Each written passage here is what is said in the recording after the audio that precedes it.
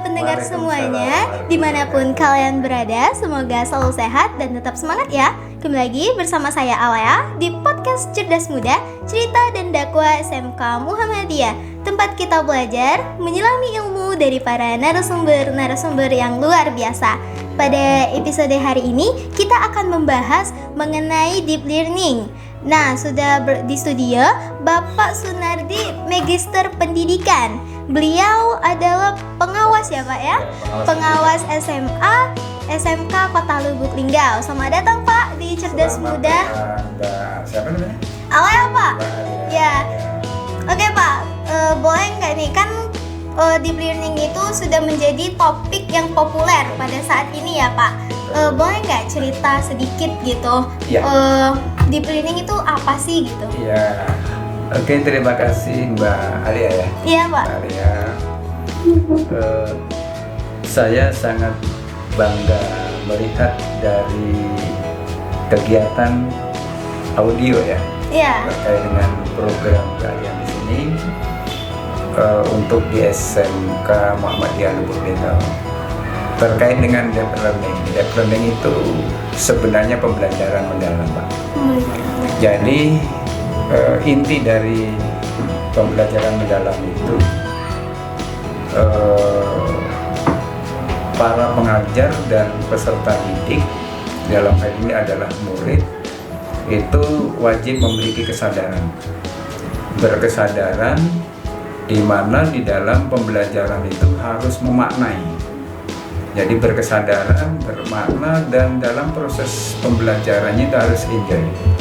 Jadi dalam proses pembelajaran itu harus senang, memberikan nilai kesadaran yang tumbuh dan berkembang, sekaligus dari pembelajaran yang dipelajari itu antara Bapak dan Ibu Guru itu memiliki kebermanaan yang sehingga anak ketika nanti tamat dari sekolah ini memiliki beberapa dimensi.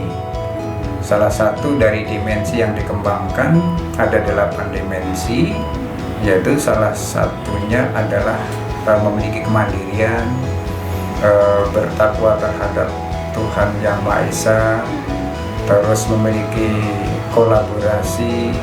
Yang lebih penting dari kegiatan deep learning adalah bagaimana bisa berpikir kritis yang adaptif terhadap lingkungan yang ada di mana dia berada dari hasil kegiatan pembelajaran.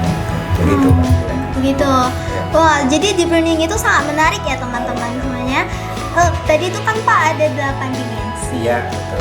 Itu 8 dimensinya tadi yang Bapak sebutin tadi ya, sangat luar biasa ya teman-teman. Nah, jadi kan deep learning itu ada banyak tuh kan Pak, tadi ada 8 dimensi. Kira-kira jadi pembelajarannya itu yang seperti apa aja? Iya. Pembelajaran dari deep learning itu sebenarnya berbagai pendekatan, Pak. Ada pendekatan dengan inquiry based learning. Jadi belajar untuk memahami terkait dengan mencari sumber yang ada di dalam kegiatan literasi. Jadi misalnya kegiatan literasi diminta untuk Bapak dan Ibu Guru meminta kepada peserta didik, ayo nak berdasarkan LKPD-nya, lembar kegiatan peserta didik dalam kegiatan proses belajar mengajar, itu untuk mencari misalnya teori tentang atom misalnya. Ayo kita sama-sama yuk melihat terkait dengan teori atom yang ada di sumber belajar itu apa. Nah, di samping menggunakan inquiry based learning, pendekatannya bisa saja menggunakan project based learning.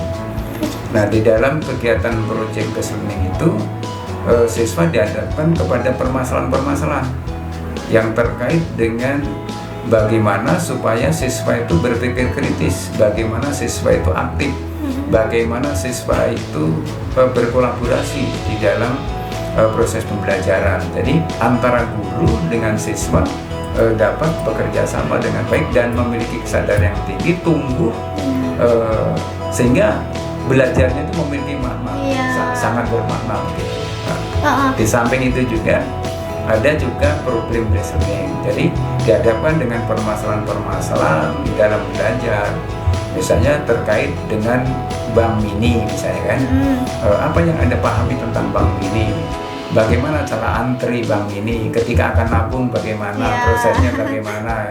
Jika apa yang dialami itu dari teori yang dia dapat itu betul-betul dialami di dalam dunia yang nyata begitu dalam pendidikan. Begitu Pak. Oh iya. Kalau penerapan yang lainnya tuh ada lagi nggak Pak? Banyak.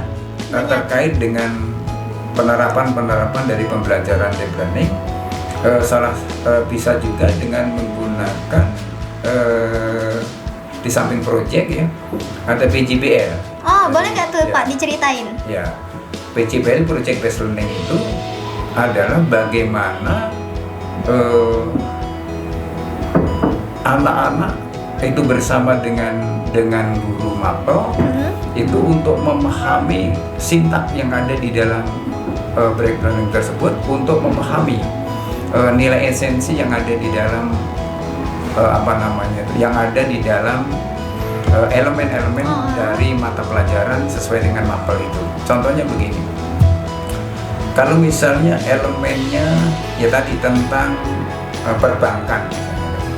Jadi di dalam perbankan itu kan banyak ini, di dalam perbankan ya, banyak. Ada salah satunya kalau dari Mbak dari jurusan apa? Aku dari desain komunikasi visual. Saya dari desain komunikasi visual. Apa kira-kira yang dipelajari di desain komunikasi visual? Oh, biasanya tuh apa tuh ada desain grafis, ya, terus grafis, ada informatika ya. biasanya. Dari desain grafis tadi kita kan belum paham tuh pemahaman apa tuh desain grafis itu apa. Nah nanti di samping menggunakan pendekatan dengan PJBL tadi, ada juga menggunakan lingkungan belajar. Jadi di dalam lingkungan belajar itu salah satunya pemanfaatan teknologi IT. Kalau yang sekarang dikenal dengan istilah AI ya, AI ya. Nah itu boleh menggunakan teknologi itu sebagai upaya untuk memahami konsep terkait dengan desain visual tadi. Jadi misalnya menggunakan video-video atau menggunakan apa yang terkait dengan memahami desain visual tadi, sehingga dengan cara begitu kita akan tertarik. Oh ternyata sumber belajar itu bukan hanya pada guru gitu. Ternyata sumber belajarannya itu juga ada pada lingkungan. Nah karena kebetulan lingkungan kita berada pada zaman Gen Z dengan teknologi yang luar biasa, maka anak-anak sekarang tidak boleh ketinggalan dengan Gen Z itu. Nah mereka melihat apa sih desain visual itu ketika di library teknologi itu bisa diambil perpustakaan teknologi menggunakan teknologi ya gitu. Oh ternyata banyak pemahaman terkait dengan desain visual gitu kira-kira. Jadi kita itu kalau zaman sekarang tuh bisa memanfaatkan teknologi yang ada ya Pak ya. Jadi nggak harus terpaku pada buku, guru. Jadi bisa banyak dari berbagai sumbernya. Betul. Sangat menarik ya. Sumber-sumber yang ada dengan pendekatan teknologi yang digunakan oleh Bapak dan Ibu guru, yang bahkan Bapak dan Ibu guru belum mengarahkan ke sana, tapi peserta didik sudah memahami bahwa elemen yang penting itu esensinya begini, sehingga siswa yang bagus kedepannya itu akan melihat lebih dahulu apa yang kira-kira akan dipelajari pada semester ini. Jadi kalau misalnya akan dipelajari ada desain visual, ada misalnya teknologi apa, misalnya terkait dengan materinya apa begitu, maka siswa dengan sendirinya walaupun mungkin belum dibimbing oleh Bapak dan Ibu guru secara di luar dari kegiatan intrakurikuler dari pembelajaran yang ada di kelas, siswa sudah bisa melihat sendiri. Bahkan bisa saja dari Bapak dan Ibu guru sebagai penguat dari tugas-tugas intrakurikuler yang tidak selesai itu dikembangkan menjadi tugas kokurikuler terkait dengan materi yang ada di dalam elemen-elemen tadi yang ada di dalam kurikulum itu. gitu. Keren banget ya deep learning itu ya Pak ya. Terus nih Pak, selanjutnya kalau deep learning itu kan butuh pengembangan sama mengembangkan metode deep learning itu, tantangan apa aja sih Pak yang Bapak hadapi? Terkait dengan pembelajaran dengan pendekatan deep learning, sebenarnya menurut Bapak tidak ada tantangan khusus. Tantangan khusus. Hanya yang lebih perlu dikembangkan di dalam deep learning tadi itulah tadi kesadaran. Jadi ketika kita memiliki kesadaran tinggi bagi seorang guru, kesadaran yang tinggi bagi seorang murid, begitu, menyadari bahwa ini adalah kebutuhan kita yang menjadikan dasar kita untuk berkembang di masa depan dalam kehidupan kita di masa yang akan datang, maka dengan sendirinya kesadaran itu akan kita tumbuhkan. Jadi intinya ketika kita memiliki kesadaran yang baik bahwa kita ini hidup untuk memuliakan diri kita, dan pendidikan deep learning ini sebenarnya prinsipnya adalah memuliakan peserta didik dalam proses pembelajaran sesuai dengan zamannya. Begitu. Jadi menyesuaikan ya Pak ya. Dengan zamannya begitu. Jadi tantangan sebenarnya itu nggak terlalu ini ya Pak ya. Iya. Jadi yang penting itu dari kesadaran siswa kesadaran Pak gurunya, siswa gurunya. Bahkan kesadaran ada lingkungan sekolah. Nah, dalam lingkungan tadi tidak hanya pada teknologi, tapi kesadaran juga akan berkembang ke dalam parenting, kesadaran yang ada di dalam orang tua kita. Jadi ketika orang tua kita juga menyadari bahwa kebutuhan anak sekolah sebagai bentuk tanggung jawab mutlak bagi pemerintah dan juga bagi orang tua, maka orang tua akan sangat berdampak keterlibatan untuk meningkatkan keberhasilan putra-putrinya. Dimanapun dia sekolah, tidak terlalu banyak memilih tempat yang notabene misalnya harus sekolah negeri, harus sekolah di mana saja. Di mana saja sekolah, asal kita memiliki kesadaran yang tinggi maka akan tumbuh. Akan tumbuh. Begitu. Contohnya saja di SMK Muhammadiyah ini udah luar biasa ini. Ada podcast yang bisa berdampak sangat luas bagi peserta didik ya, yang melihat daripada lokasi ini, bahkan dengan berbincang-bincang seperti ini akhirnya ternyata berfungsi sekali ya lingkungan belajar saya. Dan ini ketika didukung dari orang tua, maka boleh sekali-kali orang tua juga melihat bahwa ini adalah lingkungan belajar anak saya, ini lingkungan belajar saya gitu bagi siswanya kan. Jadi kalau semuanya rasa memilikinya tinggi, sebenarnya semuanya akan tumbuh dengan baik. Ibarat tanaman lah. Kalau tanaman itu dirawat dengan baik oleh siapapun yang berada di lingkungan itu, maka dia akan tumbuh subur. Sama dengan kita juga. Pendidikan ini ketika kita dirawatnya dengan baik ya, oleh lingkungan sekolah, oleh lingkungan orang tua, oleh lingkungan murid, oleh stakeholder yang ada di sekolah ini, maka sebenarnya akan menjadi lebih hebat gitu sekolah kita.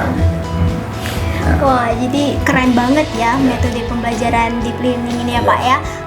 Jadi teman-teman semua itu harus memiliki manfaatkan teknologi yang ada agar biar penerapan deep learning ini tuh semakin baik karena deep learning ini berdampak sangat baik dalam metode pembelajaran. Ya seperti ini Mbak. Kegiatan podcast ini biayanya lumayan besar. Lumayan besar.